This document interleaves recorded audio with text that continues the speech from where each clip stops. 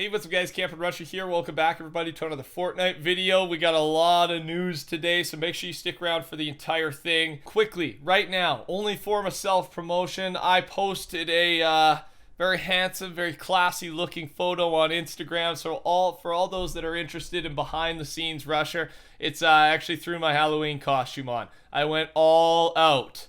Sarcasm, man. It's easier to portray sarcasm in real life because that was my caption on Instagram. I went all out. I take Halloween seriously, and some people thought it was serious. So thanks to those who followed. We're on our way to 70,000 followers. So if we get there somehow, miraculously, more than 5,000 of you guys click that link right now. You're seeing a big smile from me in the video tomorrow. Thanks for the support. Let's get to it. Fortnite did just tweet this, and soon, with the two emotes there and then a picture of a zombie type of hand coming out of the ground.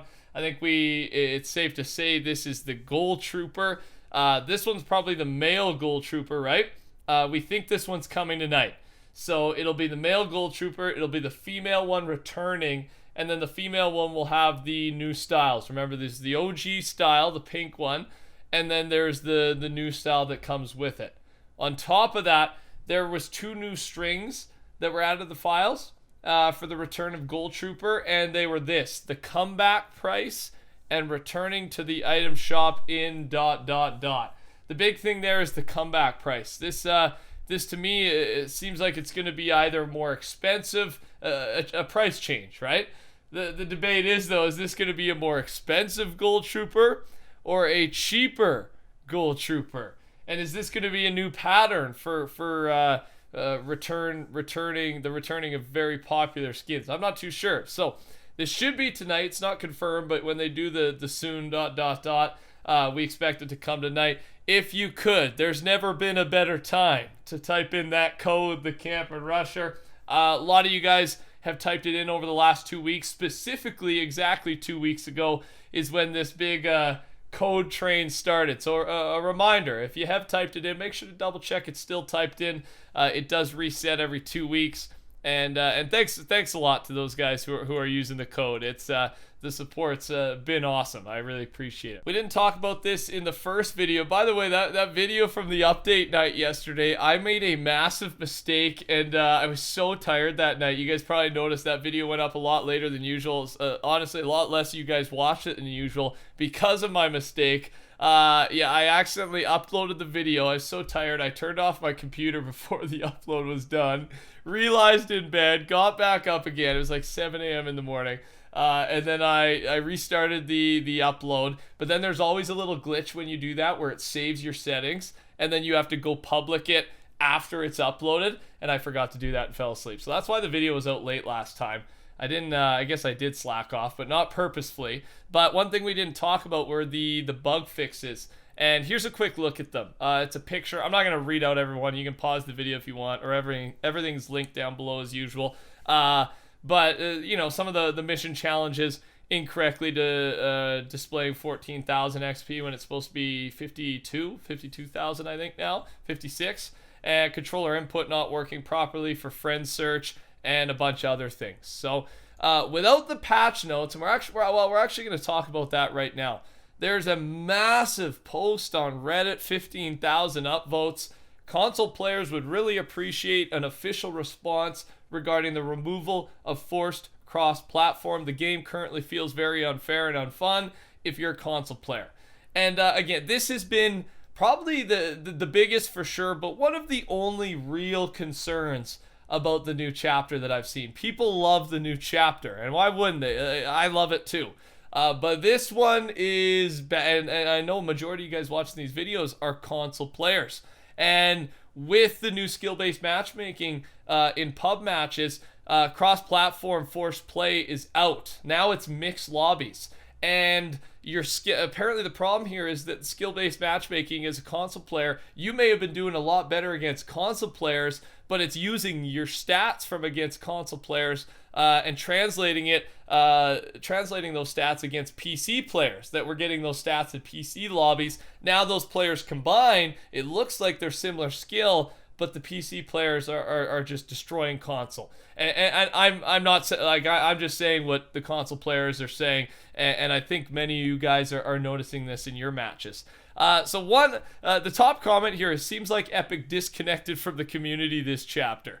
And I agree, man. I gotta be honest. I love this chapter. I love what they're doing. And maybe I'm a little biased because I got a news channel. My job, I guess, comes down to Epic communicating, right? That's what I talk about, the things that they communicate about. So obviously I want them to communicate more, but so do a lot of other people. I don't really know why they've quieted down a bit. I think this is a big reason that they've grown and blown up so much is the communication with the community has been so great compared to other companies, and I hope that they're not going to stray away from that, because these last couple weeks they have been, in my opinion, and I don't think that's a good thing. So let me know what your thoughts are. Let's talk about the Storm King. So Storm King, there's been a bunch of posts. I still have to do it, so I'm going to be hopping on after this to tackle that and get that umbrella, because again, it's a very good umbrella. But I've been looking for some tips, because I know it's not the easiest thing. We'll talk about the nerfs here in a second. Here's a couple tips. You can read in more detail if you want. I'm just gonna do the headers. Always be looking at the Storm King. Use a pickaxe on the spawners and the zombies. Always be near a jump crater. Keep a max of 2 spawners on the field, and stop building so much early game. It's also very team-based. Make sure to revive your teammates, keep them alive, protect people that are reviving. I heard that laser like insta kills people as well. And then take out spawners quickly is another big one I've seen. You can look up some more on Reddit. There's some tips and tricks. But basically, keep trying. And honestly, it'll probably be a little bit easier now because the Storm King's health has been nerfed. I will link the... this is another thing. This is kind of goes with what we just said. With this new update, actually, I think just overnight, there was these hot fixes for the Storm King's health being nerfed. And then I believe the amount of times between spawners respawning has changed as well. But these were in secret. The only reason I know about it is because of Spidicey here, who has went into the files and just posted what the changes were from the actual files. So usually, even with change, like this is a fairly big change, right? A 25% health nerf on the Storm King. Usually they would Reddit about that or tweet about that, so we would have an idea of what's going on. But now we're just supposed to figure it out, and I don't know.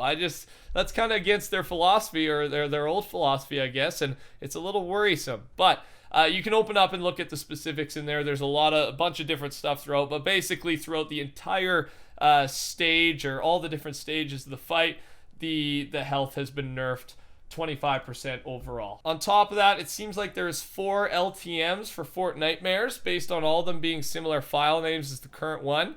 Gunfight is the one that's out right now. Mansion of Power should be coming soon.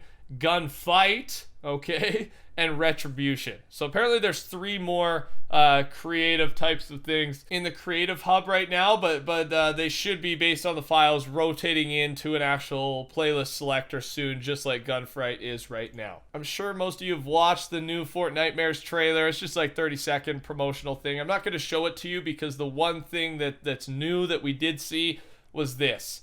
The Peely Bone skin was leaked in this trailer, and that's what it looks like. So we're not too sure. We're not for sure yet if this is a standalone skin, so we can buy it on its own for 1,500, 2,000 V-Bucks, whatever it is, or if it's going to be a free style that comes with the already available Peely skin, right? Just the banana skin. So I'm not too sure. I want to take a bet it's going to be its own skin, just because it is so cool looking, and I think it'll sell so well. So they'd be, I don't know, why wouldn't they capitalize on that? But it could go either way. It really could. They've done both ways with similar versions of this before, where there's a skin that's kind of similar to one, or could be a style, but then they release it as a purchasable skin anyways. This version of Razor Skin, and I'm showing you right now, will be given to players in Save the World with this message, and then there's a high chance that there is a BR version too. So this skin is the one, the Battle Breakers. It's an app. I think it's Battle Breakers. It's an app owned by Epic, and they're just doing a little promotion. So this is confirmed to be a Save the World hero, and there's rumor that it could be a Battle Royale skin. And this is the first look at it. So we're not for sure. And yeah, for sure save the world, maybe BR. Couple unreleased creative filters. I didn't actually know they've done this. Like, they've had this in the past and they're adding more. Red, dark, crazy, and film warm. In order of in order of them appearing on your screen right now. That's what they're called. And yeah, apparently this is a thing already, so it makes it nice for thumbnail screenshots, things like that. But just a little update. And finally, another reason we need patch notes. There was this other little change. I'll still get it. I'll still get these changes to you guys in the video, but it's just harder to find. And I had to scroll Reddit for a very long time, and luckily found this one before I stopped. And basically, the splash spots, right? The fishing spots where there's the circle. You can see the fish swimming around.